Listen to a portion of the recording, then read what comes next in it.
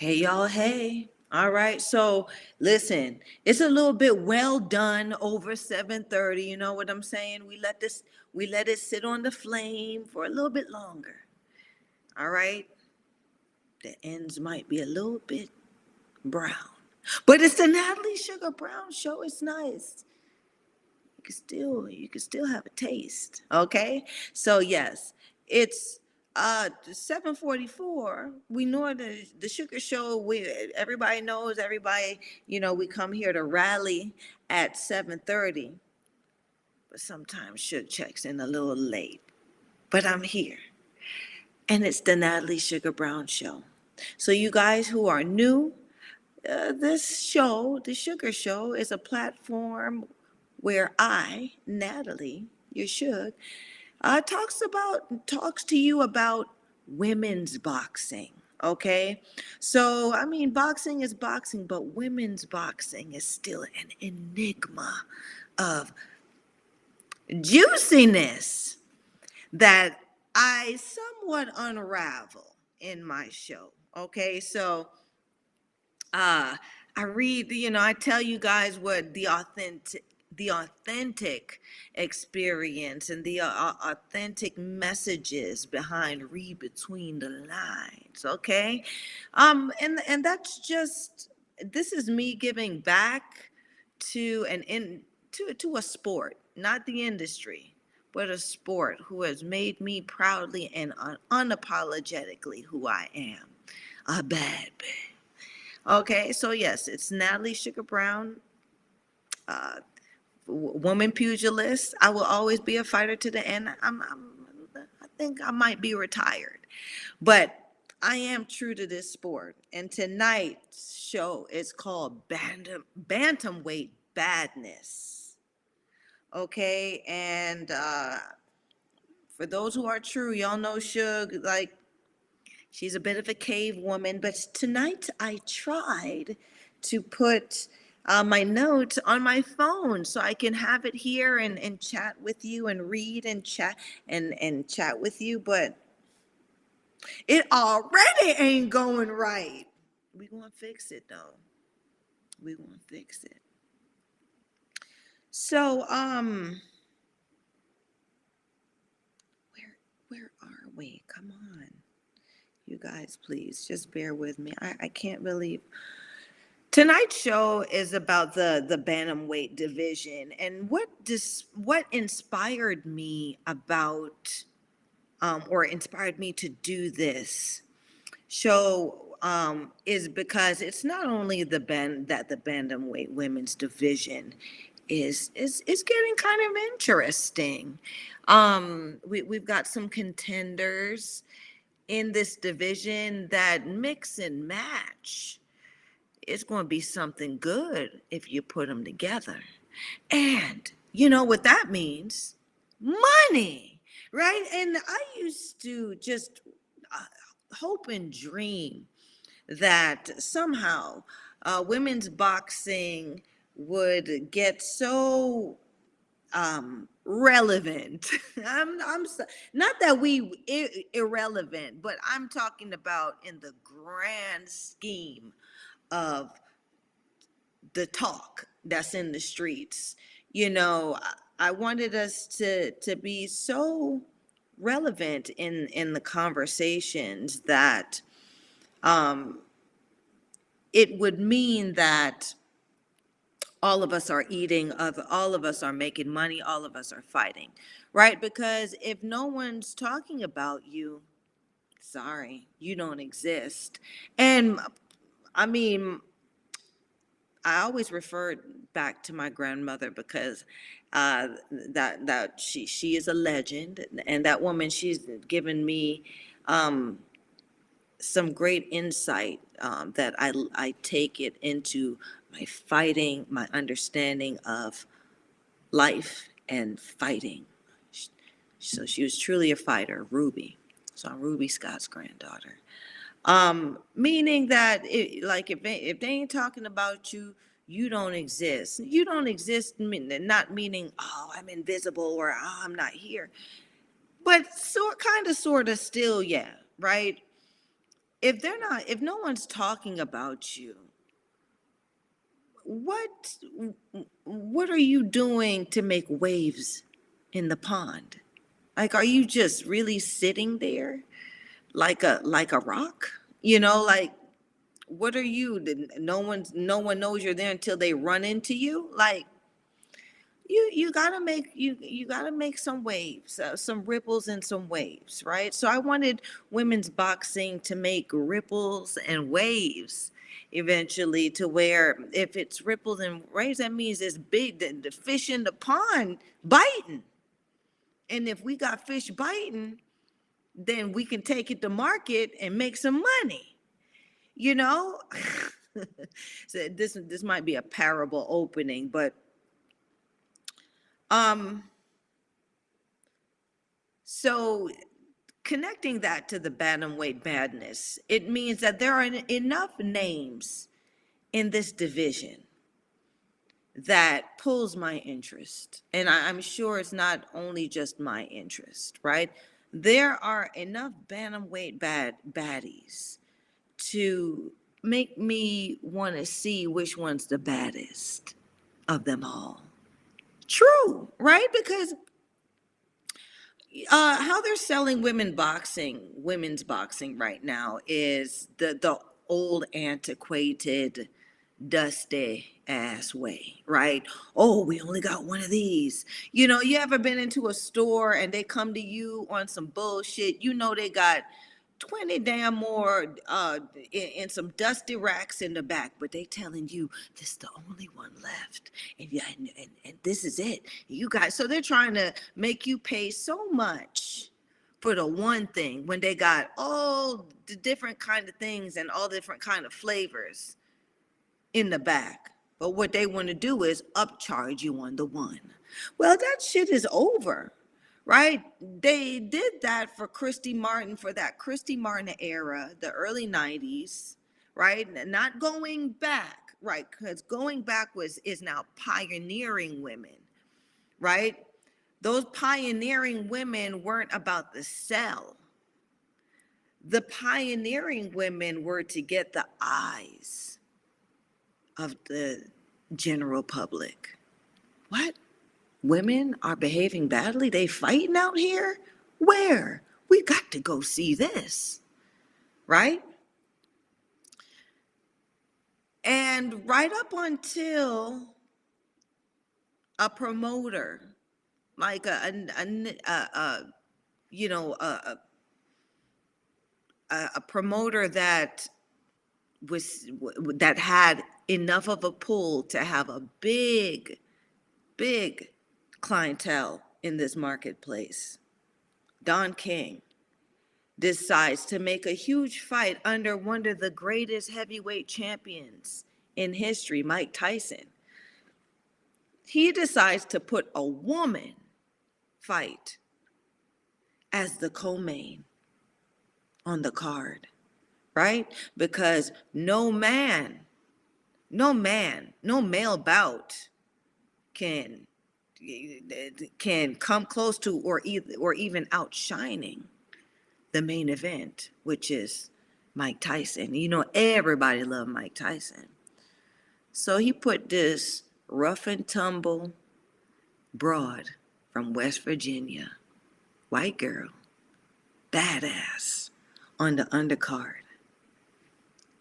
And that was the beginning of women boxing's money-making power. Yeah. And what he did was, he didn't focus on women in boxing. No, because there were many women. There were many women boxing. Enough, right? What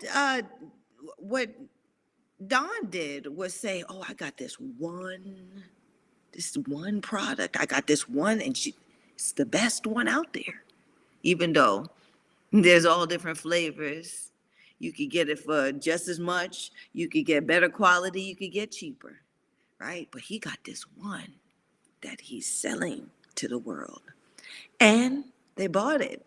So then we have Christy Martin, who I would want to call her the mother of our purse, the mother of um, women's boxing's purse, because she came out the gate where she was enough of a star. They made her enough of a star to start putting coins in the pocket of women's boxing. Right? So since Dawn did it, then you had all of the other promoters wanting to buy in it, right? Because they're selling and they saw how Don marketed it and is selling it. So if he's selling it that way, and if he's marketing that way and he's making money off of it, well, we'll do exactly what he's doing, but we'll just find a product of our own, right? Just like Coke did, and then you got Pepsi, right? And then you got the grocery brand cola, and you got all the different, but they all cola, right? And some people feel like they can tell the difference between Pepsi and Coke, right? Or some people even feel like they can tell the difference between the Pepsi brand or the Coke brand and the generic brand, right? Who knows? But this protocol, this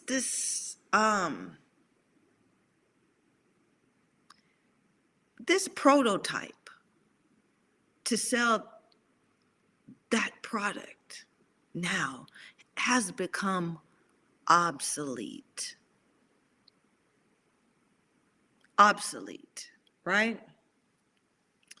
With the amateurs becoming, the amateurs were always the angle where women boxers really had a voice, I would say, right? Because when you have the Olympics and the Olympic Committee, and we're suing their ass and we winning and all of that stuff, that like we're putting on a fight and we're winning over in this area.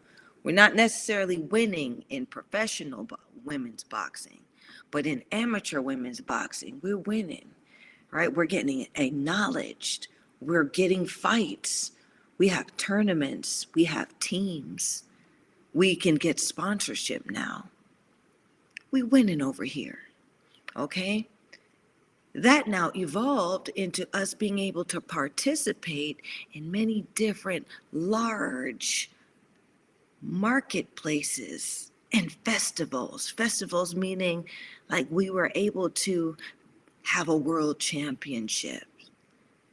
We were able to have a Pan American Games and participate. So world championships, go to the Pan American Games, which is a festival where we all get together and show our best, right?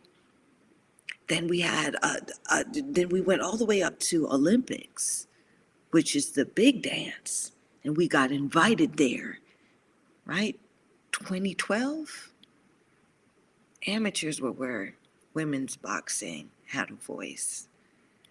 Pros, we were still getting peanuts. And much of us who turned pro thinking that there was, the grass was greener once we got from amateur to pro, because why not? Right? We had such a voice. We were on such a platform as amateurs. When we become professionals, we surely are going to get what we deserve. And when we made the move over to pros, they looking at us like, but what else you selling? You say you could fight, but what else are you selling? Wink, wink. Oh, you're not selling what you not, you know what I'm saying? It's not about fighting and the way you fight, and you got to sell a little bit more, right? And then you have other contenders out there that it's not a graduating system like in the amateurs.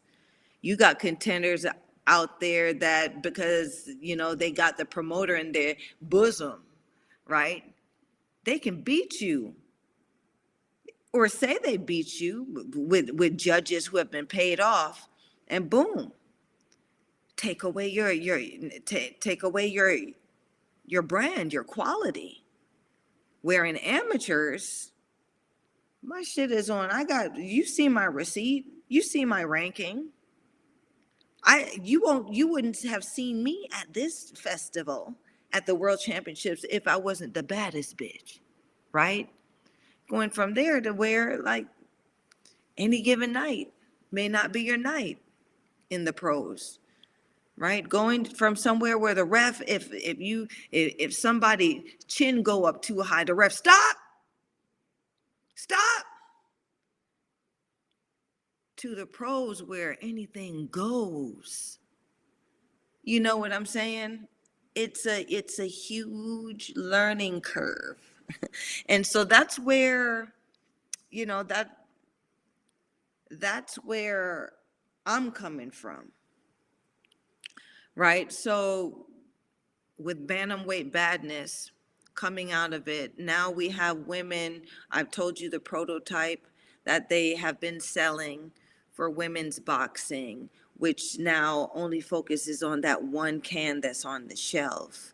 We need to evolve to selling all the cans on the shelf, because if everything on the shelf is selling in its own right, you making money from all different angles, right? So you got to, if they buying the Pepsi and they buying the cola and they buying the Coca-Cola and the generic brand, right? If all of this stuff, they're coming in and they're buying because they just love the cola, then you making some real money without even stressing too much, because if they're not going to buy the Pepsi, they like it so much, they'll buy the generic brand. You still get money from them. It hasn't gotten there yet. So, though it's bittersweet for me, right? Because I've behaved badly for peanuts compared to what these broads are getting now. And they're a fraction of what the sharks were out in the waters back in my time. I know that. I can speak on that. They're not even, having to go 15 rounds, and they're not even having to fight the whole 3 minutes where the pioneers had to. Isn't that something? So now, since they're just giving away the money, but to certain faces and places, the bantamweight division has a skid row that is pretty that is pretty impressive. So if any smart promoter who is listening out there, if any of you guys want to know where you can get some coin, the next pack that you can make some coin out of, or a slot machine, because we already making coin out of the featherweight, right? That's where Katie Taylor, and she's every time she fights somebody, she's bringing in at least $1 million, right? And then you got now Clarissa, who has widened the division of making coin from middleweight to super middleweight, right? The other weight divisions, those slot machines, they not even, they have, ain't no, and you can't hit the jackpot because ain't enough people putting coins, if I'm explaining it correctly, right? So there's not enough people looking and buying from that bantamweight area and division. But if there's now enough faces that can pull the interest, and enough flavor that they may take they may take in a couple bantamweight fights, then there we have it. So I think we're almost there to where there might be a jackpot to hit in this bantamweight division. And I also, like I said, I highlighted it because it was a big thing earlier where it came out that a fighter, a women's fighter, who only had 4 professional fights, fought for the WBA world title. Okay, and you guys, I have a show, Belts and Bodies.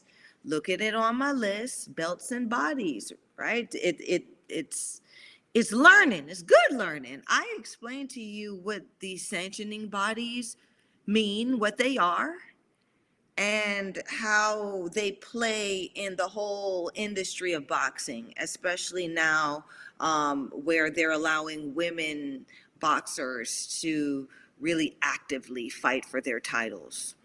Um, and so with four, it was unheard of, or it is unheard of in any professional, in any professional facet, that someone only has 4 days of experience or has tried 4 times at something, and they would be deemed the best in the world at it. I don't care how good you flip your burgers. Okay? You ain't the best. It's always somebody that's going to flip a better burger than you. You know what I mean? It's like, seriously, I've had some good burgers. Okay? It's the same thing with these, with now how this sanctioning thing goes in women's boxing, right? So I said that because, like I said, having 4 fights and then fighting fighters for a world title, how dare you? You've only had 4 fights. I don't care where you came from, right? You can't do it. But recently, a fighter named Nina Hughes, okay, became not only she a crone at 41 years old, right? But she also became a world champion with having only 5 fights. Okay. Now, both the subject and the predicate of the whole sentence is unheard, like it's unimaginable. Okay. A 41-year-old woman, and she just became a world champion boxer with only having 4 fights. How much credibility does that give the sport, or the bar? What level is the bar now in women's boxing, that a 41-year-old woman who has only had 4 professional fights can fight for a world rated title and then win it and get it? So this is where I'm coming from now. I can't pay. Who's going to pay for that? Who's going to pay for that? She may be great, and Nina Hughes, from what I've learned of her, she was an elite level amateur. Okay, due to her age and starting late. I mean, many champions have started late, but it never stopped anything, right? It's only a problem if you make it a problem, right? I'm an old lady, right? But you know what? If you give me a try, I promise I won't disappoint you, right? But some people don't give us old lady chances, right? So at 41 years old, you're a crone approaching dragonship in women's boxing, meaning, oh, you haven't left out of here yet. You're old. Well, they're not going to do it. who wants to fight an old lady, right? Who wants to say this old lady beat this young girl up? You know what I'm saying? Who's going to think that now this 40 something year old is going to stick around long enough to be enough of a challenge to make some money? That's what people are thinking, right? Even though I've explained it in my previous shows, where in boxing, and I'm going to say in boxing, the development is different when it comes to males in boxing and females in boxing. See, what happens is a woman peaks in her 30s as a fighter. That's when she's peaking. Okay. And she may peak right into maybe 42, 43, 44. Right. And then she'll decline. She'll have to find her way out. In male boxing, guys peak at around 20, right? And depending on what weight you are, you're going to peak at, or you're going to, well, no, they're going to peak at around, not 20. They're going to peak at around 22, start peaking right up to maybe 29. And then they start to decline, right? So you got to get to the male fighter. He's got to get his stuff over with earlier, and then he's out. For women, we stick around for a long time, because in those early years, that's when we learn, right? And if you're doing something long enough, right, if you're peaking in your latter years, oh my gosh, right? You have now have had more time into this thing, into whatever it is that you're doing, to be excellent, to be great, to know it like the back of your hand, right? So that's another place where I want to highlight women's boxing and show where we have, not to say that, because I don't want to, I've never compared women's boxing to male boxing, right? Because there's no comparison, right? It is, they're relative, much like apples and oranges are fruits.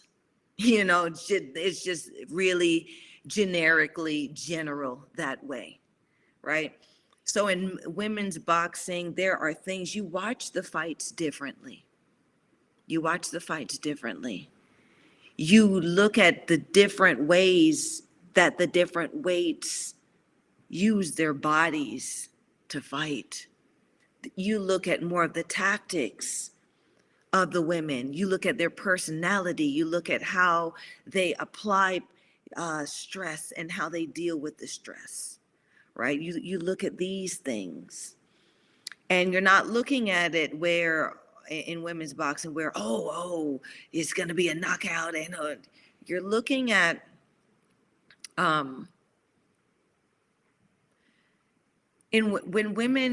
when you watch a real good women fight, you're watching two petty broads that, you want to see how petty this broad will get, right? So in a good fight, you'll see a broad do something like bounce, not headbutt, but you'll see the combination, and she'll use a part of her body and either lay on the other girl or bounce her, or just female stuff that we do in fights, more so, differently than what men do in fights. And it's quite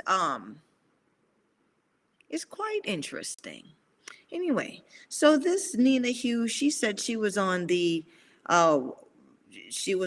elite level in amateurs around the time when Nicola Adams was around. And she, due to her age, she was kind of apprehensive about moving forward in professional boxing because, as I've said before, amateur boxing was where it's at. Nobody wanted to go and become a pro because you're going to go into where you're not making no money. You're not making no money. You're irrelevant now. And you are just in the muddy pond with the rest of us, right? Um, but she said she still had it in her. And after having her second child, she decided to get back training. And being that she had that background, especially in the amateurs, where she was able to amass enough experience where when she gets in the pro, she has a better concept of the technicality of boxing than most of the women out here who behave badly, who didn't have a pedigree. They just jumped in fighting, right? Because you can get a license and you can start fighting if you're bad enough, right? So after 4 fights, her and her people then, because she had gotten people behind her, she was able to get enough faith, enough investors behind her where they were able to put money in or put money down for her to contest or to fight for the WBA Bantamweight title, where she did win. Okay, so after 4 fights, after being an elite fighter previously in the amateurs, getting into pros, she became world champion with 4 fights. Okay, not a good selling tool. No one's gonna buy that, but congratulations, girl. The cute thing about it, though, in the bantamweight division, and lovely assistant. Let's start putting on. Let's see what the sideshow is looking like. Lovely assistant, where are you? There you are. Okay, so that's Nina Hughes. Now she got 5 wins. Okay, and then she got 2 KOs, and she's a world champion. World champion means that you get, like nowadays too in women's boxing, you at least getting 5 zeros, right? As a world champion now, because a good amount, a good little sprinkle of them, they're getting 6 figures, right? And, yeah, and then Katie, right? Um, I think Katie and Amanda made 6 figures in their fight. I think Clarissa Shields, she came out. She said, her fight previous to this one was $1 million fight. So I mean,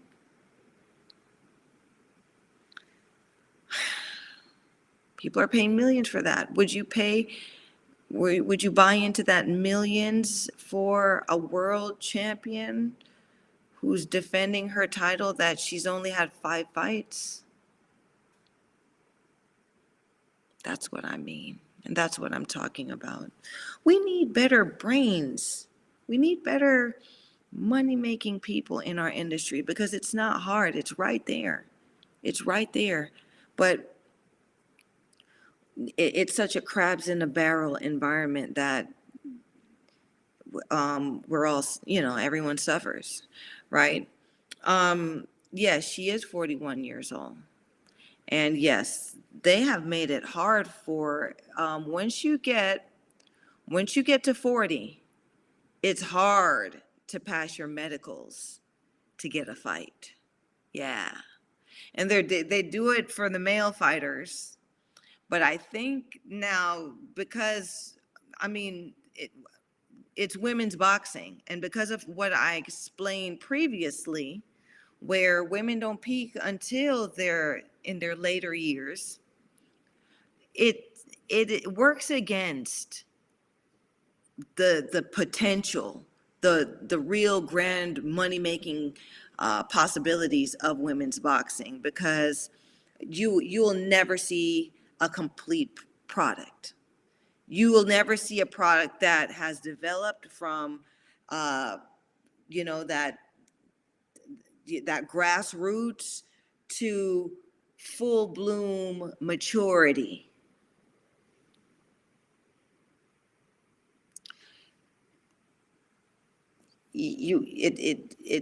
We're eating the fruit before it's ripe. That's what I mean. Okay. So that, this Nina Hughes rushing her into this 5-0 world championship title now. Good on her. But the thing about it is now, who will now clamor to fight this 41-year-old woman with 5 fights? Who will clamor to her for a fight? Say I got 8 fights. Say I have 12 fights. Say you're going to see the other, lovely assistant, give me the other imagery too. Give me the other imagery. Let's go. Next. I want to show, right? So this is, she doesn't look, she doesn't, that was too fast, lovely assistant. Go back, because I wanted to show her and her kids, her child. Come on now. Thank you. So, she's in the ring with her son, and with the belt there, and he's got the other belt across him. And so, that's great. It's a great sell. It's a great sell. But now, industry-wise, right? A 41-year-old female fighter will not get a job. She will not get a fight, right? Hughes here hit the jackpot, and she had some pull from her amateur days, right? But say you're a woman in great shape out here.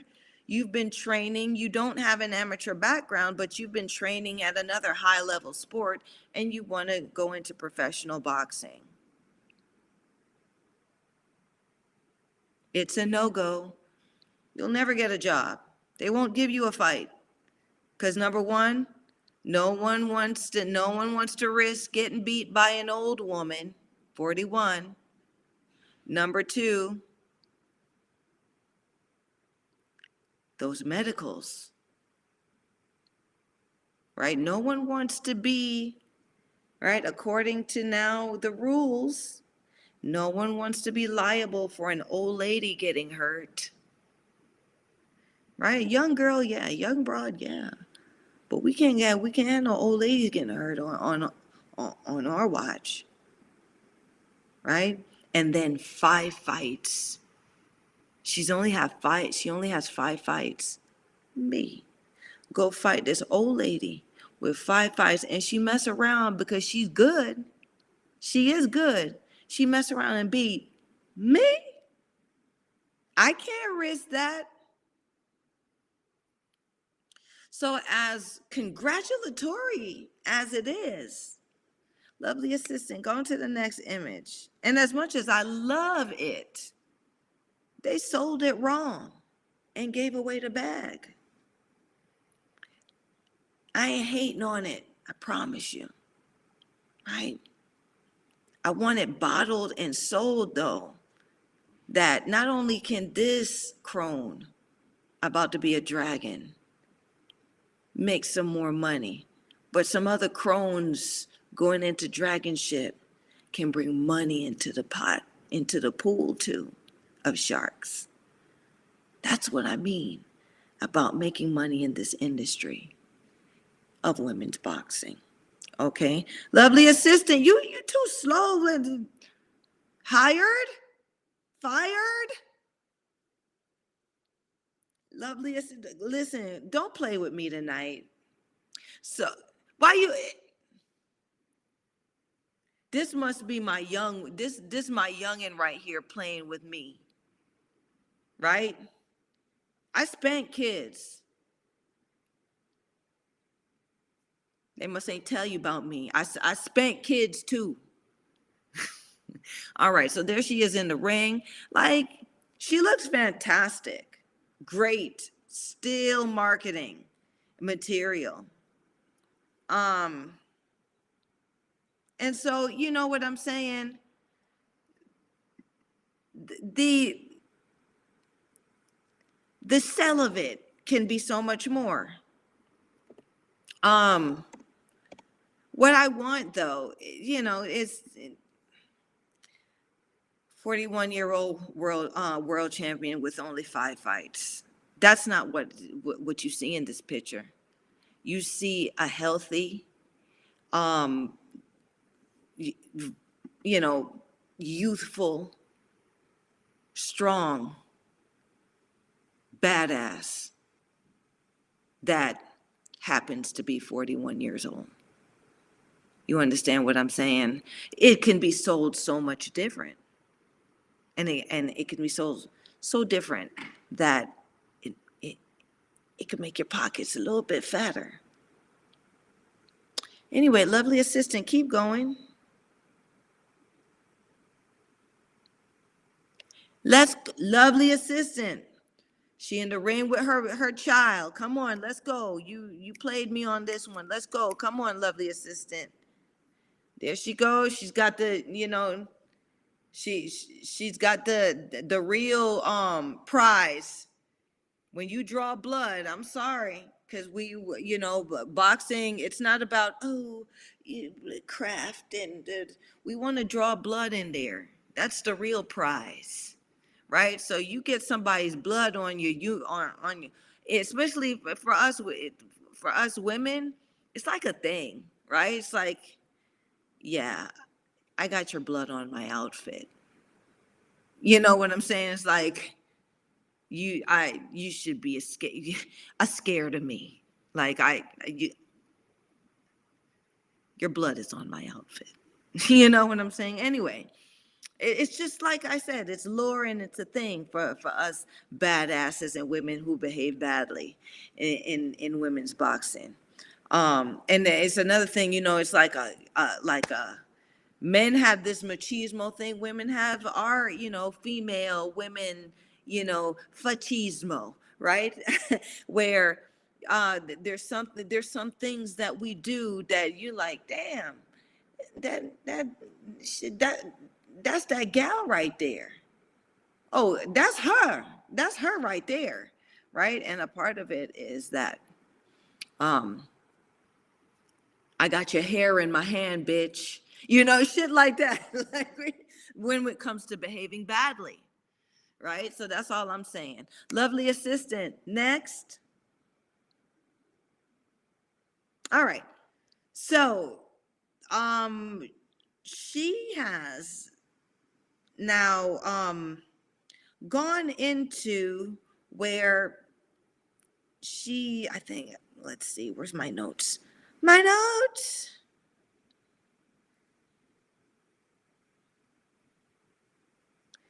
Okay. You guys, sorry. All right. So we have on the left, Jamie Mitchell. Okay. And then who we have on the right, sorry, I'm going through my notes. Sugar will get a name wrong, but like I'm trying. Y'all see, I got notes. All right. So, um, who we have on the right is Shannon Courtney. Okay. Now these two baddies are great contenders in this bantamweight division. Not that it ends there, right? But in the bantamweight division now, um, instead of having the one, they're both tough. They've both proved their moxie in the ring. Um, you guys, bear with me, please. Um, so, all right. So Jamie Mitchell has fought some great opposition out there. She fought Shannon Courtney, um, who you're looking at. And Shannon Courtney is coming, she has a great story. There's some more to the show. But Shannon Courtney is a fighter who, they've built her well enough. They built her pretty good, and she, where's mine?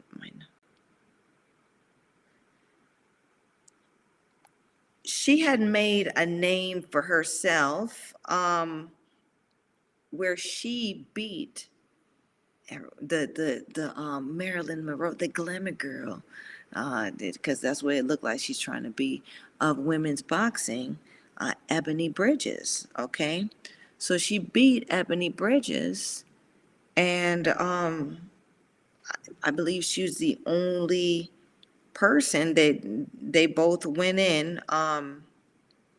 They both went in 0-0, so somebody's had to go, and she. Oh, never mind.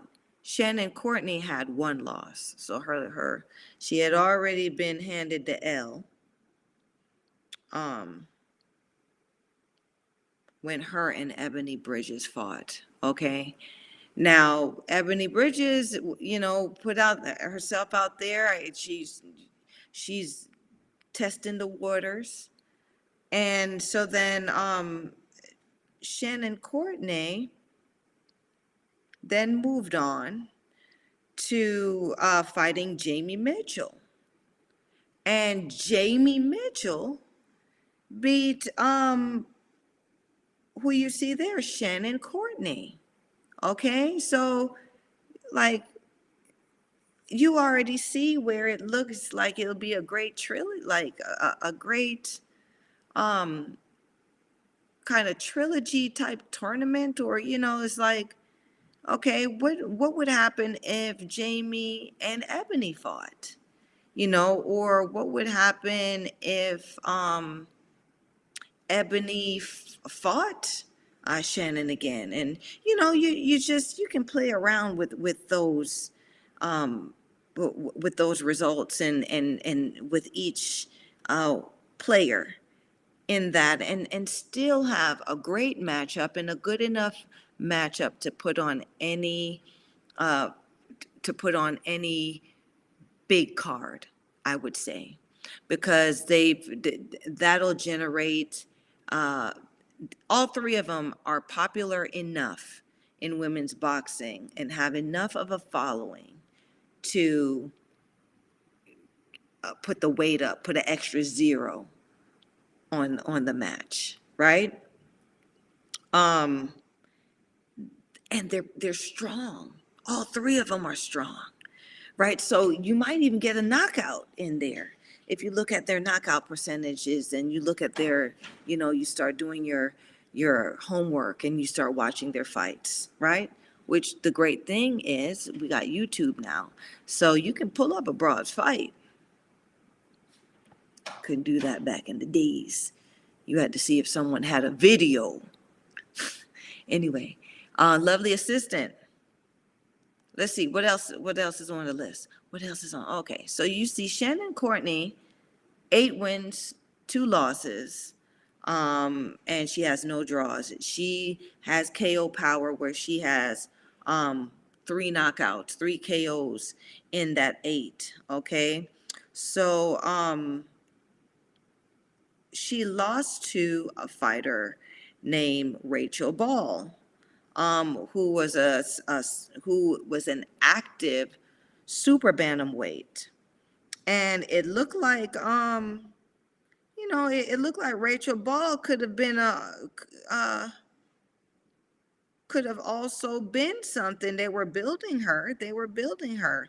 Either she could be a good stepping stone, or they deemed her inactive when she was at 7 wins, 1 loss. I wonder why. She must have been well, let's hope it wasn't personal, too personal, where she going through hardship.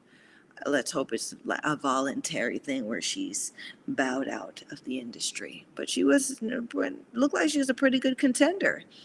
So that's one of Shannon's losses, and then Jamie Mitchell. So she didn't lose to any stumble bumps, which makes for a great contender, right? Because a win isn't a win, and a loss isn't really a loss. You got to check the receipt in women's boxing.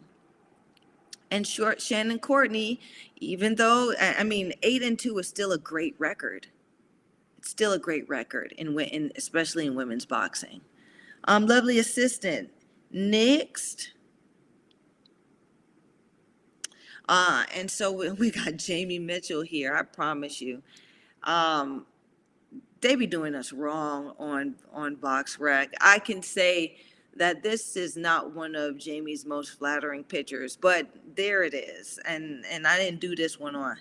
I ain't picked this one on purpose, girl. This is what they got you in the books. This is what they got you on file looking like. Okay, so Jamie Mitchell now has 9 wins, 1 loss. Okay, and 2 draws. All right, and now you guys are going to see the 1 loss that Jamie Mitchell, who had beat that baddie before, the 1 loss is to Nina Hughes, who's 41 years old and only has 5 fights, right?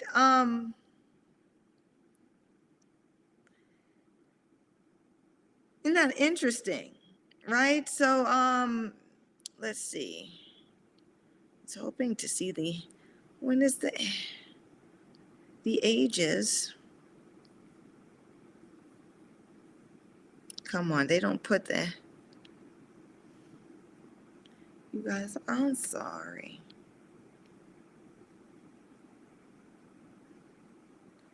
They stopped putting the ages on the database. They think they slick. Yeah, because that's one thing too. Fighters, they don't put their age out there for anyone to find it, because of the very reason that I explained earlier. So y'all gonna have to Google Jamie Mitchell and come up with the age, because I don't even want to make that a point of discussion. It's the fact that Jamie Mitchell, who, I mean, even look at BoxRec, as much as we don't want to use them as the source,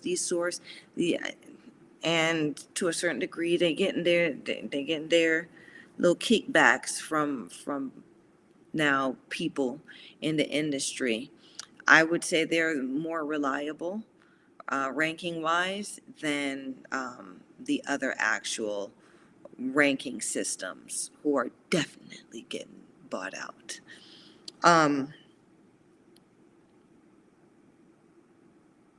So yeah, so now, full circle, right? Do you believe that Nina Hughes actually beat this contender, who has nine wins? One, this fighter was 9-0 before she ran into Nina Hughes, right? Coming in 9-0 with 5 KOs. You're gonna fight somebody. You stepping up to fight, or you stepping up to go to war with someone who has gone in there 9 times, and out of the 9 times, they've made five, or they made five fall flat. They've stopped them. And here you go, right? You coming in with your 4 fights. And it ain't showing that you got knockout power neither, right? And you're supposed to be, this is a younger contender than you.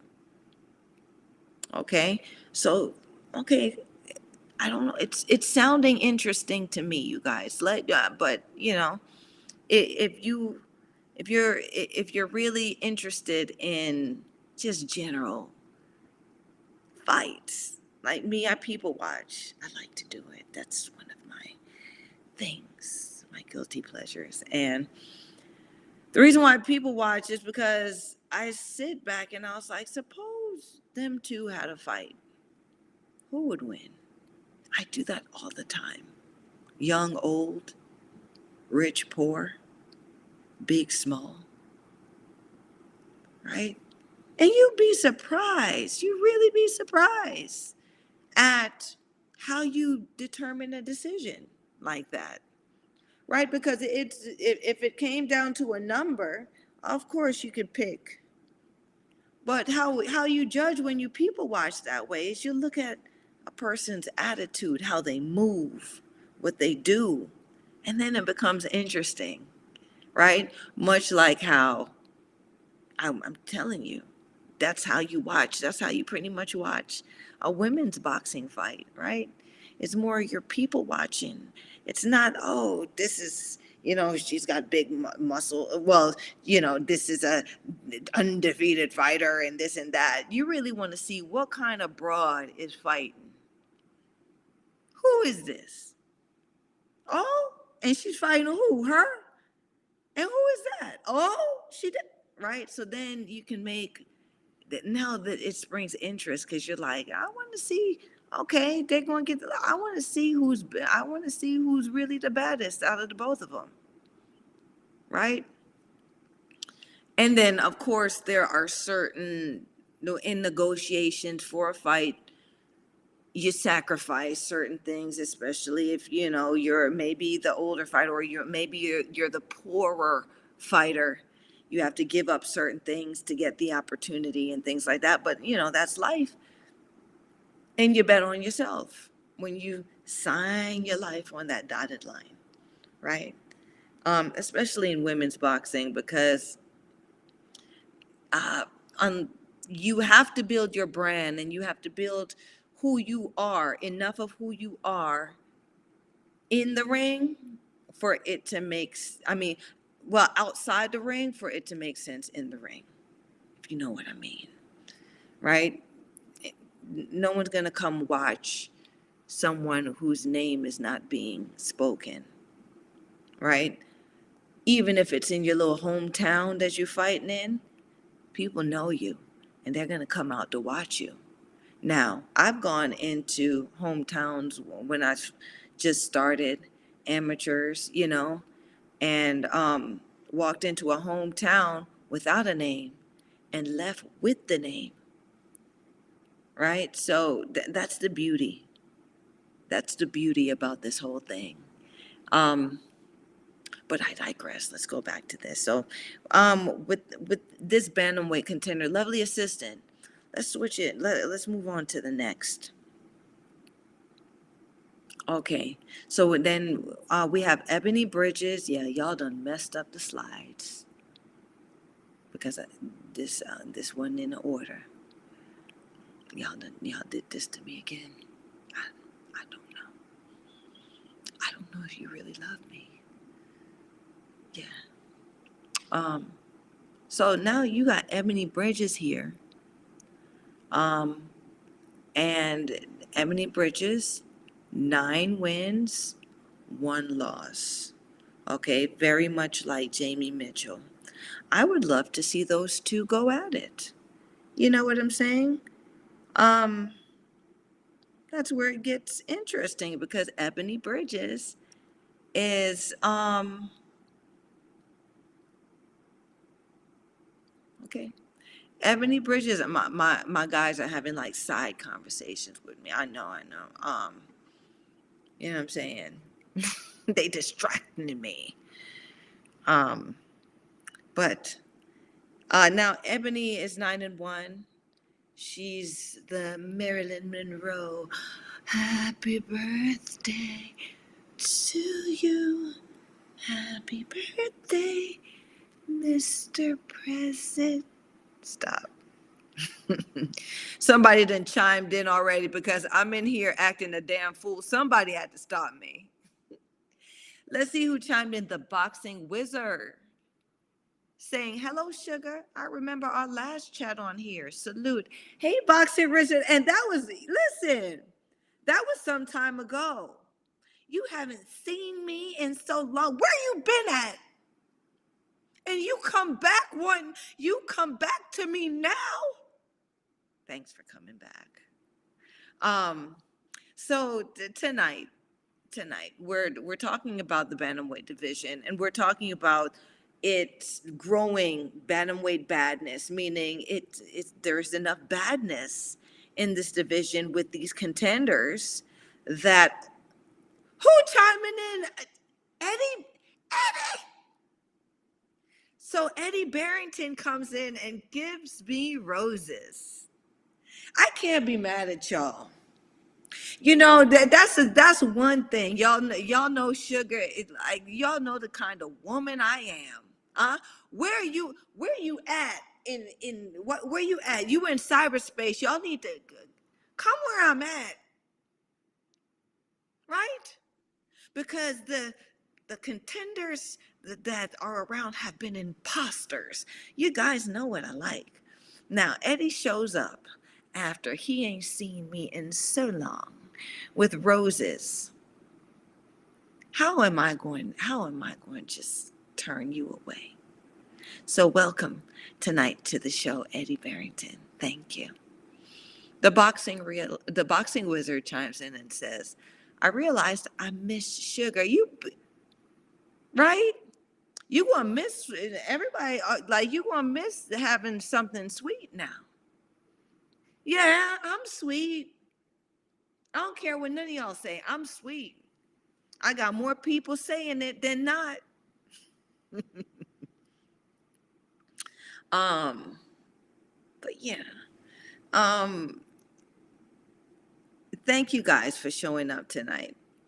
Talking about this because Sugar like to talk about a lot of things in boxing, and money is one of them, right? Especially in women's boxing because it is exciting me.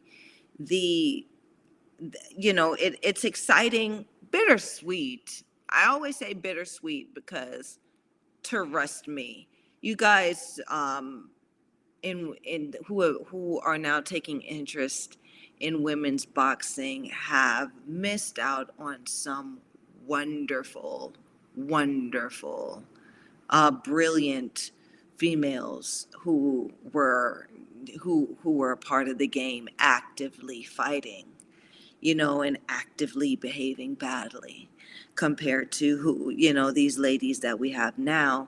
And it's not I'm not downplaying anything, but you had to see, I mean, you had to see a broad who was fighting 15 rounds, 3 minutes, 15 rounds, right?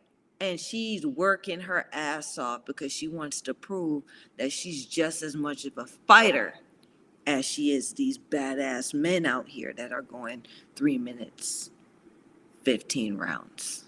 Right now, 2 minutes, 10 rounds, you teasing. You don't really want it. So the boxing wizard comes in and says, elegant, knowledgeable lady. You're a rare gem. Female boxing is on the rise. And then put the 100 sign. Who you talking about, boxing wizard? You talking about me? You got me blushing on it.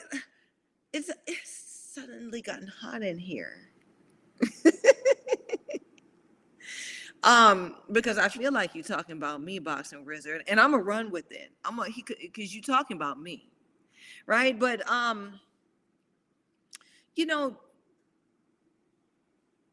bringing it back to Ebony Bridges, I think, like I said, I like what she's contributing to women's boxing right now. I like what Jamie Mitchell, I like her persona. I even like Nina Hughes, even though, she's from, I think she's a UK, so she's quite conservative. And we don't like conservative women behaving badly over here. We like, well, on our side of the pond, we like women who really act up. Hence, look at who's one of our best, who is our best pound for pound, right? Clarissa Shields. And there ain't nothing that she do better than act up. But within reason, right? So and that's what sells, and that's what make people want to fight her. That's what make people want to watch her fight, and it's make people want to buy a ticket to see if she gets beat. You know, it's just that's what sells over here. Now over in the UK, I'm with the variety of contenders that you all are producing now. I would have to say that you guys are very, very conservative. And it's more so about, um, I guess, what happens in the ring, which I do appreciate. I do appreciate that it does come down to the fight, but it also comes down to everything that leads up to the fight, right? And it's just boring for two women to say, oh, and I hope, uh, she gives it to her all because I'm going to give it my all and we'll meet it together. We want beef. And there's a title, I have a show that is titled We Want Beef. And I explain why we want beef, especially when it's time for women to behave badly and fight, right? Because ain't nothing like two broads that are up here with are who want to go at it and want to reason to beat up the other one, right? It just is. Even I've been cordial with, like, when I was fighting, I only had a real problem with one of my fights ever. I only had a real problem with one. But the others were more, I made the problem because I had to have a reason to fight this broad, right? And it could be, you know, she thinks she could beat me? Me? You think you can beat me? So you think you gonna punch me all up in my face? Oh, you know what? I'm gonna kick your ass. Um, that's how we all kind of get ourselves amped that way. That was me. I had to bring the moxie out, right? There's some people have to be mad, they face balled up and whatnot. Me, I was different. I'm like, she really showed up. She really came here. She got up this morning and she brushed her teeth and prepared to beat me. Oh, we fighting. Because ain't nobody finna beat Ruby. Ain't nobody gonna beat Ruby's granddaughter. So win or lose, the way I fought was so entertaining that win or lose, people would show up. And that's how I performed. And that's how I was able to get my value in that ring. That there was no Olympics or anything at the time. I did make enough of a brand name of myself, but I also not only performed in the ring, but I had that moxie outside of the ring that people loved to follow and to be present for. The boxing wizard comes in and says, Clarissa has the Floyd effect. You love her or hate her, but she's good at what she does. Yeah. So the thing about the Floyd effect is, Floyd was groomed, believe it or not. Floyd was groomed. Uh, Look at him in the amateurs. There's enough footage and information about Floyd in the amateurs where he wasn't the way he was as the pro. He had to create that persona. Money, money. He had to create a persona. Nobody knew him as Money in the amateurs, right? He was from the Mayweathers, which they had a pretty prestigious name in boxing, right? And he's now coming up under that shadow. And so he has to make his own persona. And that's why he came out with Money, right? Just like Sugar, just like Miss Too Bad or Too Bad, right? Because Floyd wouldn't sell it, wouldn't be the one selling those tickets. And even now, you don't wear a Floyd hat on, right? You don't wear a Floyd hat. You wear a Money Team hat because you're a part of the team Money, not Floyd. You understand what I'm saying? That's where the evolution is. And that's why Floyd Mayweather is the greatest fighter outside, like money making wise, marketing wise. He's a greater fighter. He's the greatest fighter doing that because he was able to promote himself to where he's his brand. He didn't represent the sport. Sorry, his brand is now synonymous with the sport, much like, the NBA is that logo is synonymous with basketball. You're not looking at EuroLeague and thinking it's NBA or anything like that. You're looking at it as, damn, money. That's boxing money.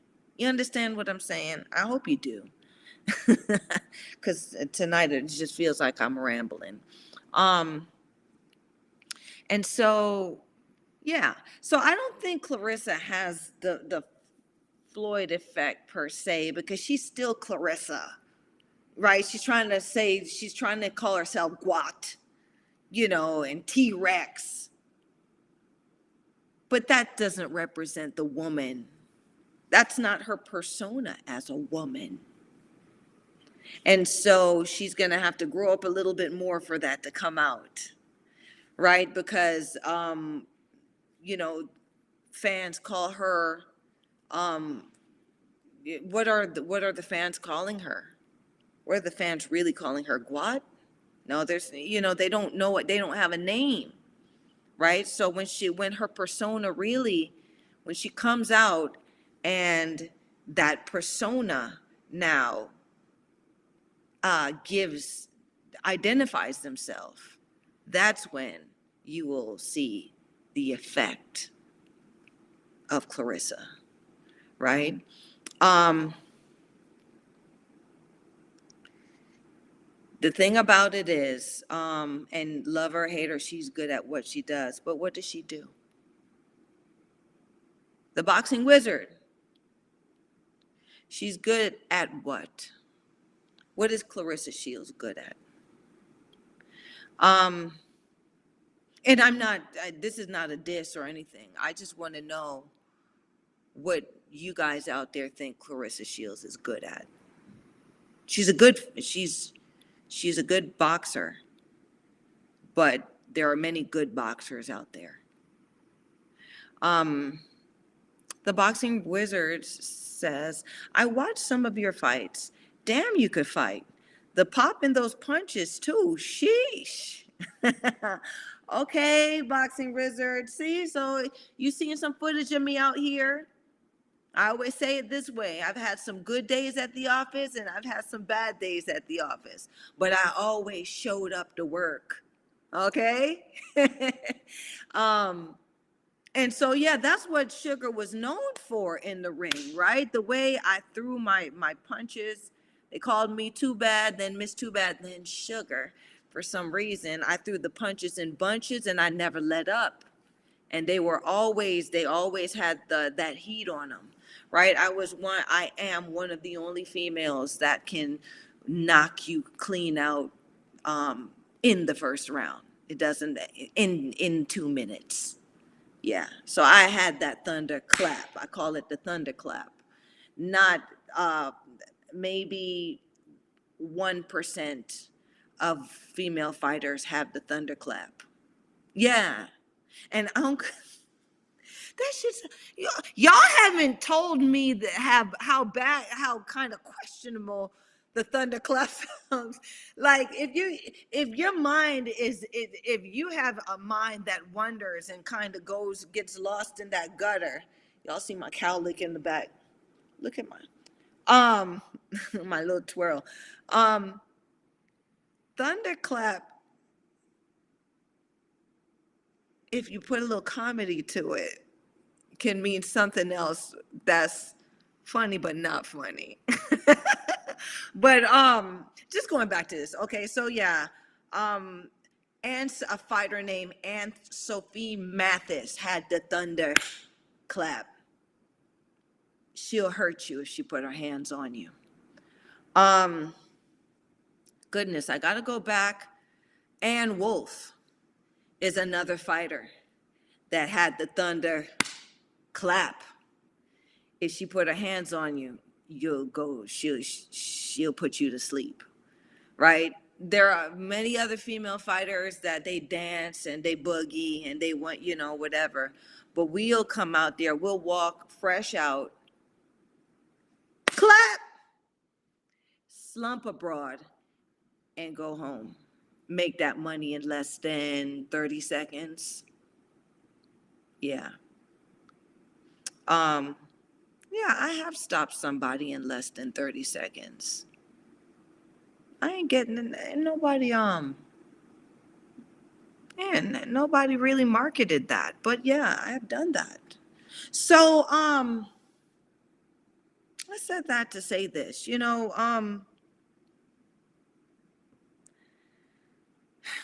I just wish I the boxing wizard with those with that talent. I wish I was around now. I wish I was peaking now, right? Even though I feel like they would still avoid me like COVID out here, but I think I had enough people that believed in me that I would have been a better contender, or I would have been at the level where I could really make a difference and be on these large platforms, fighting all these broads, because I'm just not concerned about anybody. Like I know with who I am as a fighter and where I was there. I just don't see where it would have been harder now, if anything. Let's see. Oh, and then Eddie Barrington comes in and says he's the Drake of boxing. Oh my gosh. So I guess you can say that. Eddie Barrington, you must be Canadian for real. Eddie, you Canadian? Saying he's the Drake of boxing, because Drake is only Drake up in Canada. Like in my parts, we rock with enough people. Like we rock with certain other people. I'm just saying. And there's nothing wrong with it. There's nothing wrong with it. Eddie Barrington says, at Wizard, when Sugar throws hands, the only place you want to be is in the audience, no cap. Oh, shit, but that's a bar, though. Huh? That's a bar. Where Drake at? Eddie. Eddie, you need to be giving him these bars and getting your money. You know he hired him. He like paying them ghostwriters. Yeah, Drake will do something with that one. The boxing wizard says it seems like the female fighters of the past had/have more power than today's generation. It makes you wonder why. Well, let me explain to you why. I'll explain to you why. When you are conditioned to only be in their mind and just thought process wise for only 2 minutes, you don't have to fight. You don't have to fight. I always say it this way, that third minute is when the real fight goes down. Right? Because you can run for 2 minutes. You can run for 2 minutes. That third minute where that shot at the beginning, at minute number 1, starts to make a difference in the third minute. Oh, shit. I can't catch my breath, right? That's when you're in the real fight. Because that's when you're feeling the effects of what the seeds that were planted in the beginning. That's when you really feel it. By the time those seeds start to bloom in women's boxing, the bitch is on the stool. I'm sorry to even say it like that, but it pisses me off. She's on the stool recovering. So it's like she gets a extra life, right? But that third minute will get a lot of these broads and a lot of these so-called champions out of here. And that's the difference. So the fighters that were fighting back in the day, the female fighters that were fighting back in the day, we didn't train for 2 minutes. We trained to fight 3 minutes. And what was happening is, due to how judges were only scoring in a 2-minute parameter, right? Or in that 2-minute capacity. So it's plant as many seeds as you can. They won't bloom, right? So you go out there and you shimmy and you shake and you pop, plant the seeds, right? And that's what the judges is looking at. How many seeds did she plant in the mind of a 3-minute round fighter? Those seeds that are planted take longer to acquire. Meaning, if I'm not a thunderclap fighter, I have to put those shots together in order for them to make a difference, in order for them to actually break the person down in front of me. The 2-minute mentality is, I am scoring points. I am not breaking anyone down. I am scoring points. I'm planting a lot of seeds, right? 3-minute fighter mentality is, I'm planting seeds that will grow. I'm hoping you guys get it, right? So that's why we punched harder. That's why we did all of these things. That's why we fought differently, because we were trained. We have a different mentality than these 2-minute broads that are out here now. But the evolution would be if they would allow the older broads, or they would have allowed the older broads from that era, from that mentality, to now mold the 2-minute broads, right? They brought Eddie Hearn and them, especially with now, thank goodness she's finally been dethroned. I'm sorry, but I just don't understand how you going to be a baddie and you're a track star. You know what I'm saying? You run away from a fight and then how are you going to be? How do you represent a fighter? How do you represent me or the rest of us female fighters? I just didn't think she was pound for pound the best female fighter ever. And Katie Taylor, that's what they were marketing her as. We don't point fight. Women never point fight. Women who fight, we don't do it for points. This is the hurt. This is the hurting game. We want to hurt somebody too, just like our male counterpoints. They don't do it for points. It's just our approach. So, mentality. That's really what that equates to.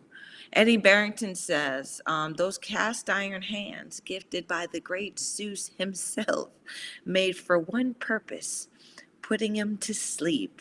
Well, I don't know about Zeus that made these hands. These hands come from a long line of people with hands, because that's one thing my family know how to do. We some fighting mother suckers, mother jummers. We from Jamaica. We all places, but the family came together on that little island there, right? So, I come from a family of fighters. I've just stories that have passed down, and so they made me, and they made these hands, and it's their blood that run through my veins that makes me unapologetically who I am, and that their blood through my veins are the reason that I could have gotten in the ring in front of thousands of people and just perform good days at the office and bad days at the office. Know what I mean? Eddie Barrington, so you are Canadian because you put the leaf there and put the hunted. So okay then, Eddie. And then Eddie came in with the emojis, the thunder cloud and the fist. Okay, I see what you're saying with the Zeus thing or whatever. Okay, I tell you who had the thunderclap. Ruby Scott, she clapped you on that fat part of your thigh, huh? Shoot, she had grandma. See, I had one of them grandmas. I don't know about the new grandmas, but I had the old grandma, big mom grandma. Clap. She don't need it, and if you took her there, right, that thing would vibrate through your body, and all you needed was one. The boxing wizard comes and says, 2 sugars in my cup of tea. Ooh. It's many sugars, but it's only one of this sugar. Okay. I give you everything you want though. I got what you need. I'm telling you, I'm fun. I'm a fun gal. All right, back to this. So lovely assistant, I'm talking about, we're supposed to be talking about the bantamweights here. And y'all got me. Can't have a long show tonight, you guys. So we got Dina Thurslund. Now look at her number, 19-0. Okay, and the reason why I pulled her up is she's on the Skid Row bantamweight division. Out of her 19 fights, half of them, 8 of them are KOs. I would love to see how she goes up against and her rating on BoxRec. She's a 4-star fighter. I believe she is. But correct me if I'm wrong. You guys know this is a conversation. I'm not a computer. This ain't AI or that chat. This sugar. Anyway, now I would love to see the reason why, bantamweight Baddness. I would love to see her fight any of those latter women that now you see that with the 9-1 record, with the world champion who beat the 9-1, the 9-0 fighter with the KOs. I would love to see that fighter now go up against this 19-0 fighter that she also has a good amount of knockouts, and she's a highly rated fighter. she's not only a contender but a highly rated champion in this bantamweight division. Okay, lovely assistant. Next. Okay, so then we got, Lord, y'all the mess. I tell you, I don't know. I don't know. Like I really got a question if they love me. I really do. I'd be so excited because I think they're going they're going to do me right, but they ain't doing me right. So all right. Um nah, y'all doing me just fine. My boys at Talkin Fight. It's me. I think I got my notes jammed up. So who y'all are looking at is Diana Laura Fernandez, and you see her number. Okay, she's won 27 fights and lost 4. She has KO power where she was able to put 4 of them broads down. Okay, and she's had 1 draw. I've looked at her Skid Row, and she's a pretty decent contender. She has 3 stars. So her rating is 3 stars. So, um, you know, getting her in there, she's a Mexican fighter, having her come up or go over there to fight uh, Ebony Bridges, or any of the Jamie, um, uh, Shannon, any of these broads now up here who are active and who are bubbling the pot can make a interesting enough match to bring in some paper. Um, Lovely assistant. Next image. The boxing wizard comes in and says, all the females need equal promotion too, instead of hand selecting Taylor, Shields, Estrada, etc. Fair all round. But listen, so the gag is this though, the boxing wizard, okay?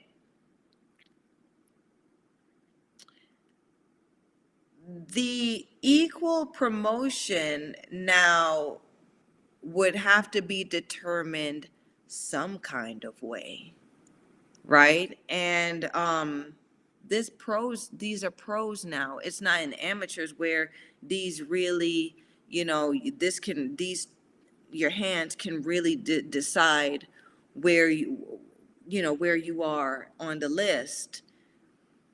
You know, being equal or getting favors in the women's boxing industry is a slippery slope. You know what I'm saying? So I like how you're thinking, but you tell me how could women boxers get equal promotion in in the game? I mean, I do have an idea. But let me see if we thinking along the same lines, and I'll share what I got when you come back with your answer. Now, and then when you think about, yeah, like drop the jewel. Well, while I'm waiting for you to drop the jewel, um, who you're looking at right now is you're looking at Julian Luna Avila, okay? And she is ranked number 1 in this bantamweight division. She is that gal. Okay, she has 25 wins, 4 KOs by those wins, and 3 losses. So the loss ratio, the win-loss ratio on all of these broads are pretty decent, and they're high value. They're like 3 and 4 star rating on BoxRec, and it's like the ratings the ratings are pretty accurate, right? For BoxRec, meaning that there's a value to each contender that you fought. Um, so, these are the ladies. It's their faces. 25 went through. Like, I would love to see how this one. Yeah, I want to see. I think she would school the Nina Hughes, who is 5-0 and a world champion. Let's see this world champion fight the world champion with 5 wins and 0 losses. You know, let's see. Let's see, right? Um, that will determine the bar.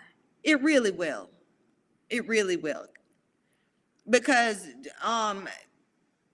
you only have five moments or 5 situations of on the job training. I don't care how good you are, right? There's an experience of being in a professional fight where we can all agree it is never the same. It's not the same. It's just something that you have to get used to, because each fight is way different from the next fight. You know, like, you can't compare this fight to this and say that any of your professional fights went the same. If you can say that, that means your fights have been cherry picked, right? And it's the same thing. If you look at a fighter and they are able to perform the same cookie cutter thing, performance in all their fights, their opponents are being cherry picked. So that's how you can tell. And I want you guys out here to be able to tell if they, putting powdered sugar on a turd and trying to tell you it's a donut. Because don't nobody want to eat a turd with powdered sugar on it. The boxing wizard says, all the females, oh, you said that. Okay, I thought another message came in. I'm sorry. So, lovely assistant, I gotta, guys, I'm gonna have to wrap the show up. I'm trying to. Next picture, next image.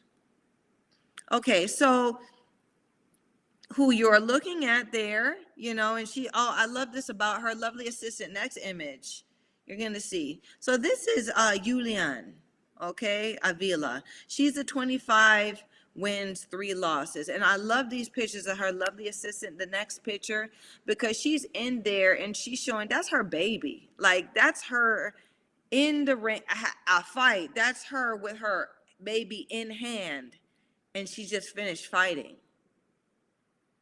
This image speaks 1,000 words, more, 1,000,000 words, okay? And this is the appeal.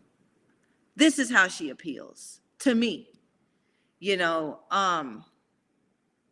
because to do that, and then you're 25 wins and 3 losses, and you're a world champion. That's the epitome. That's that gal.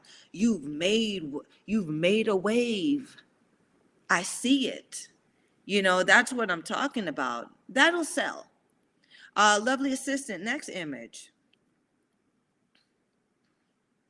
All right, so that's Jamie Mitchell. This another one, okay? This will sell. She look hard all the time. She looking like hard, like life's hard, right? Do we want to see this woman who look like she's having the hardest life get a break, right? Because I always say in women's boxing, it's not about the number. It's about whether you like the broad or not. Well, you like this broad? Who does this broad remind you of? Right? She's sitting there, lovely assistant, next image. This is what she's selling. You even look at her here. She look a little better here. She got the bandana and stuff, life a little bit better, but she still got that hard imagery to her, right? So she coming from a hard life, hardness, okay?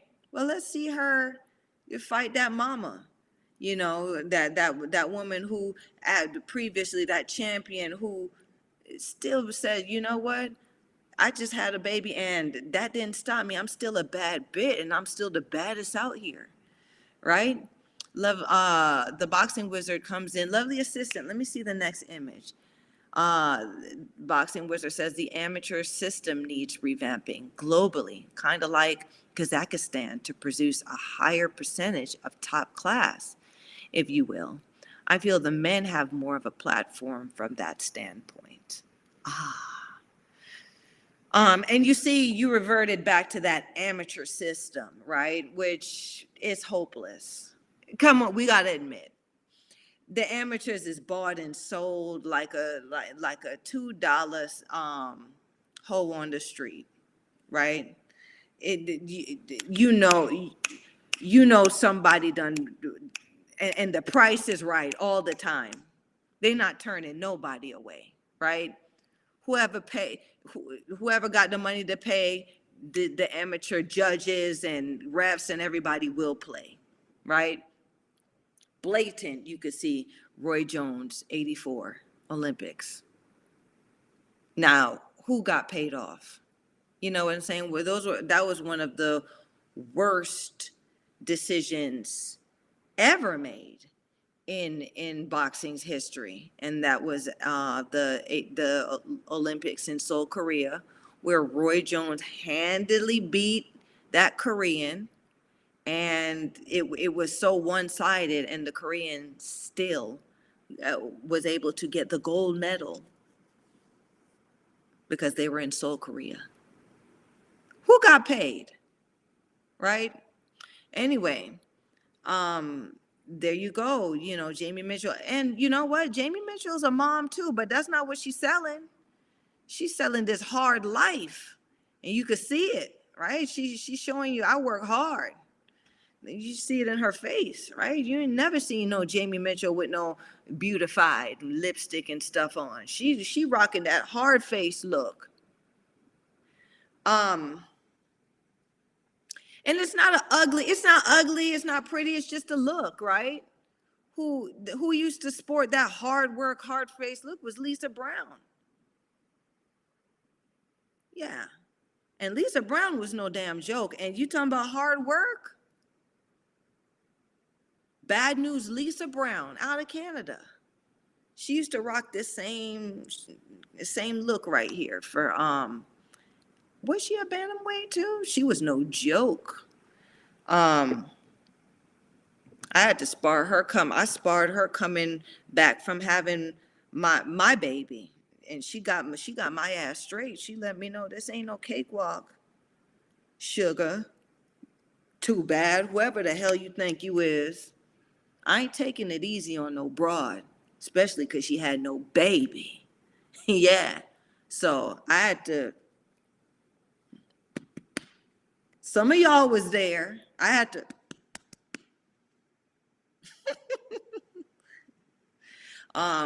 But she was a great mentor. Her and her husband were goals, how they worked together, how he, you know, they are goals. They need to come back. There needs to be like somebody needs to, Brooke, get them on your show. Lisa Bad News Brown and her husband. I would love for them to tell the world how their relationship was, you know, how he was one of the starting ones where, you know, he's the husband of a female fighter, and he had to make a way for her. He had to train her, and he had to be her trainer and her husband. That is oxymoron to me, you know, having those two jobs, that the same person having those two jobs, right? So there has to be some kind of relationship advice that they could give all of us out here that can lead us to success, because it worked for them, and they've been together. They're together now. So yeah, Lisa, just know that Suge said it on here first, but Brooke, that's something that you might want to look into. Next, lovely assistant. Next. All right. So who you're looking at right now is Dina. Okay. So this is Dina Thursland. Okay. And this is how she sells herself. You see, she got the short arms or whatever. She looked like, she kind of round. She looked like that little stubby feisty girl. Lovely assistant. She's smooth. You don't see no rock hard muscles or anything. Well, now you do. She's on the scale, which, listen, y'all got to start looking for this thing now, right? And I'm going to put it out there. I'm not pointing no fingers, but watch how these broads cut. You can't walk around looking like juicy fruit and then looking like you carved out a stone when it's weighing time. Something's up. That's all I'm saying. Now, it's blatant in some fighters because they know they're not testing. These broads know they're not going to be tested, so they're more blatant than others. But yeah. Anyway, so lovely assistant, next. Okay, and so this is her fight time, Dina. She just looks strong. She looks strong, and she promotes herself that way. This little strong little pit bull, and but would be curious to see now, what her style is. Next image, lovely assistant. Next image. Okay, so this is Shannon Courtney, and what I love about this is what I love about this contender. This is her, Shannon Courtney. She said she used to smoke and drink, and she had a different life, and she got that shit together. Now this is, this intrigues me. She's a bantamweight fighter, so this would pull me in, and I really would want to see how she looks in there, and she's a highly rated fighter, right? So upon her, having good performances, she'll reel them in and she'll keep them there. Next image, lovely assistant. See, look, I like how she's looking in there, right? Not hard or nothing like that. She just looked like she got it together and got into some shape. And great contender in there. Next image. Looking at her skid row. And I want y'all to look because I didn't want to make this, I know. I didn't want to make this too long of a show, but this is her, right? It always gets to me when they do this, okay? And I'm going to point it out. Look at her shorts. You see how those shorts are set on her body? Her pelvis is not that big and protruded and wide. She takes pictures with that protector on so she can wear it in the ring, and wearing that huge protector is like wearing headgear in a fight. Yeah, it's too big, right?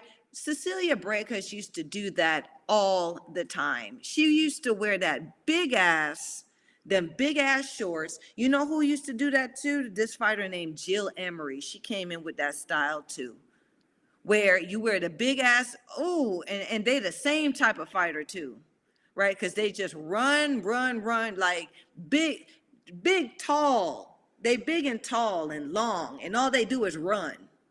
And then they'll stop and, give you throw a 3-piece that all they wanted to do is just keep you out there in deep water. And then they run again. They never stand and fight, or they never have, try to have a little bit of moxie to give some toe-to-toe action. To me, that's not performance, right? That's not performing. Anyway, it's just these shorts just reminds me of that. So these fighters, they wear the big male, that's a man's protector, groin protector that comes up under your breast. So then if you receive any body shots, or if it gets hit and it rattles, the cheating ass ref will be like, hey, and tell you to put the shots higher. Which you can't. I'll punch a broad in her titty though, right? I've been punched in mine, so I do it back, right?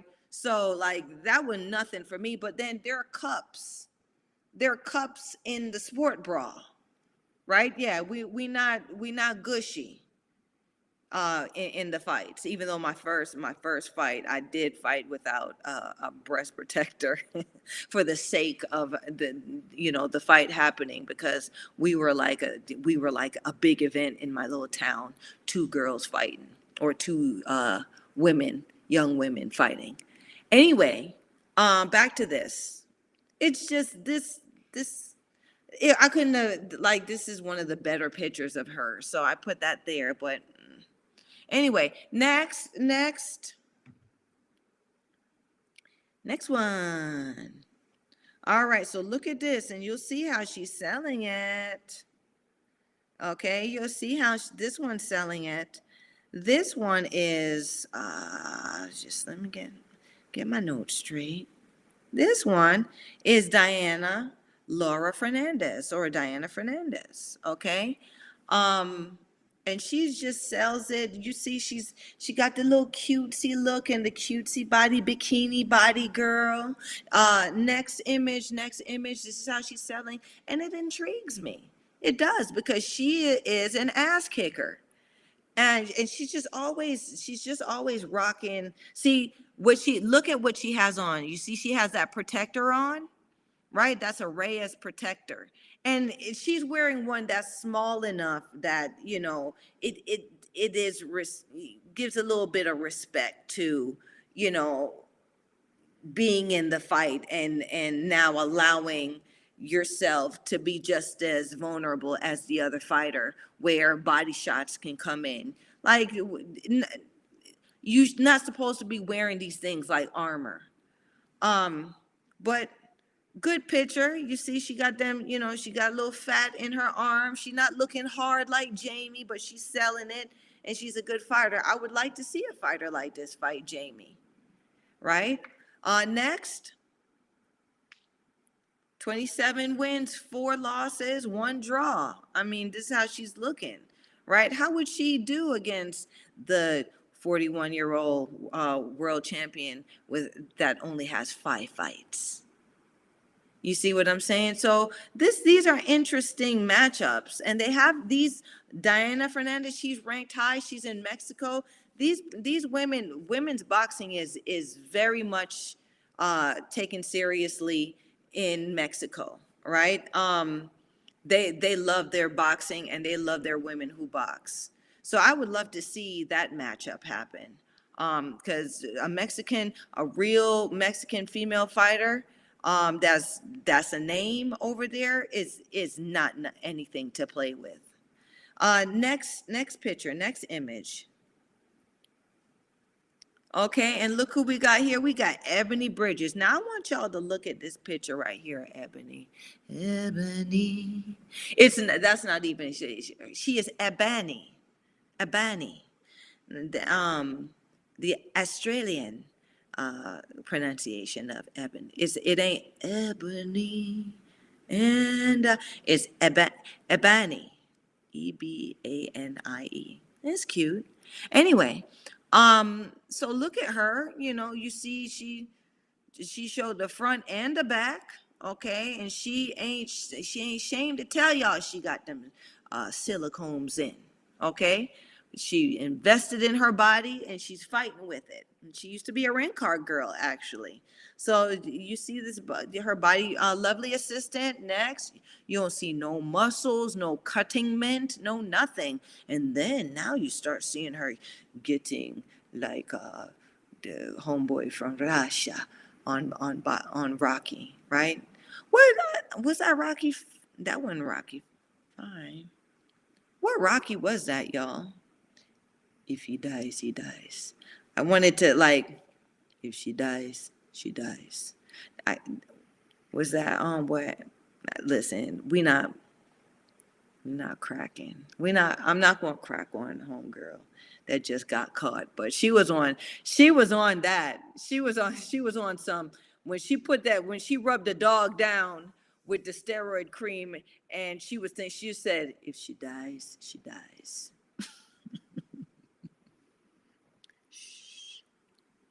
I kid. Let me stop. All right, lovely assistant. Next. Give me the next image. And Ebony's pictures always look so well put together. I tell you, this one, she knows that she's doing it for Hollywood.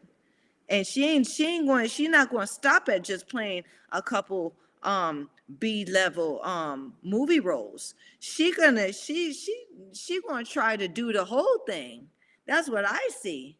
She want to try to be on some happy birthday to you. Happy birthday, Mr. President. Happy birthday. Let me see who's over here in the chat. So the boxing wizard comes in and says, yes, that's true with corruption. But overall, I think more top class females would evolve over time. Because you brought up the amateur system, and it's true. But this is not what I think. And this is what I've been talking about. And they've been popping they've been showing their heads. But the women boxers need to come back into our own pool, right? We need to develop a league. I said it, you heard it here first. Michael Orr comes in talking about, hi, Sugar. Hey, Michael. Right? And we working on it. And so if there's a professional league now, of course, there might be some kind of corruption, but there would be more promotion among the women in that type of platform, because then it brings it back to a team approach, a region approach, right? And so everyone on that team, in that region, in that area, if you now have to fight to get on the league or be a part of that league team, then you have some credibility, right? There is something behind you that makes it so that, okay, right? Much like, the NBA, right? You ain't going to look at an NBA player and be like, he only played one season of he only did one season of college basketball. No, you're going to see that, if that player made it to the NBA, they are of a certain standard, regardless of if they're players out in the streets that can really play. They have refined, or they have gone through enough where they were able to get on this team because they are of a certain standard. Nobody's robbing anybody so they can have that space. They have to be of a certain standard to keep their place on that league team. That's what I'm saying. So that's where I'm coming from. That's where I think the equal promotion for women boxers will come from, and I think it will bring more money into the industry where we can all eat, right? And if we're all eating, then we can all grow and bring more money into the game, right? Because then, wherever your team goes, you're gonna follow, and you're gonna want to know who's on that team and how they got there and things like that. So there's Ebony in the ring. She got her Australian flag up. Australian. I don't know. That was the word. That was probably a bad one. I tried. Yeah, I heard a girl for trying, and I'm not doing it. It's not for making fun, right? I actually do like accents, all different types. I like to hear the different types of accents of people. I'm sure I have an accent when I try to speak another language, right? So I like the accents from certain places when they try to speak my language. Sometimes it sounds better than us common people who actually speak English or versions of it. Next image. And that's it. Okay then. Okay. So that's it for tonight, y'all. Thanks for hanging with me. Thank you guys for chiming in. I had a good little chat tonight. The boxing wizard who showed up. Thank you. Eddie Barrington, who came bearing gifts. Thank you, Eddie Barrington. And thank you, too, for your input, Boxing and Wizard, especially, and Eddie, um, for sure. Thank you, Michael, for joining. I know you always pop in and show me some love. So I like that.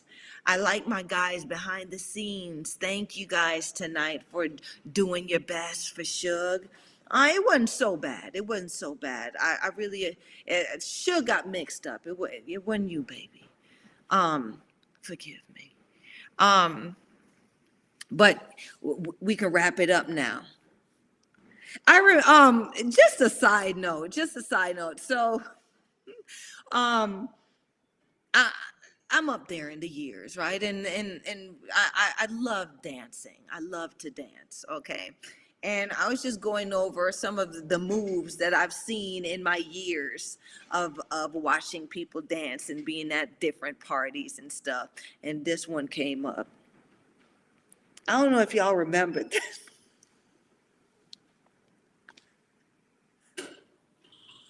I'm really not in this group that people did that, but I used to see people do. Anyway, that was just a side note. Maybe y'all can think of some dances or some things that y'all remember from back in the day that is kind of funny now, um, in a good way. So we're gonna wrap it up tonight. Thank you guys for chiming in. Okay, it's always a good thing. It's always a good time when we link up, right? So come 7:30 on Wednesday nights. Come have a chat with your sugar. Okay, like, subscribe, and share. Like, subscribe, and share the sugar. Right? Everybody wants something sweet. Um, Check out the other shows here on the platform of Talk and Fight. Okay, we got to support each other. This is a great platform of different minds and different ideas and just sharing different topics and insight on the sport that we love the most, boxing. Until next Wednesday, you guys, be good, be safe, take care of each other. Like, subscribe, and share. Till next Wednesday, bye bye.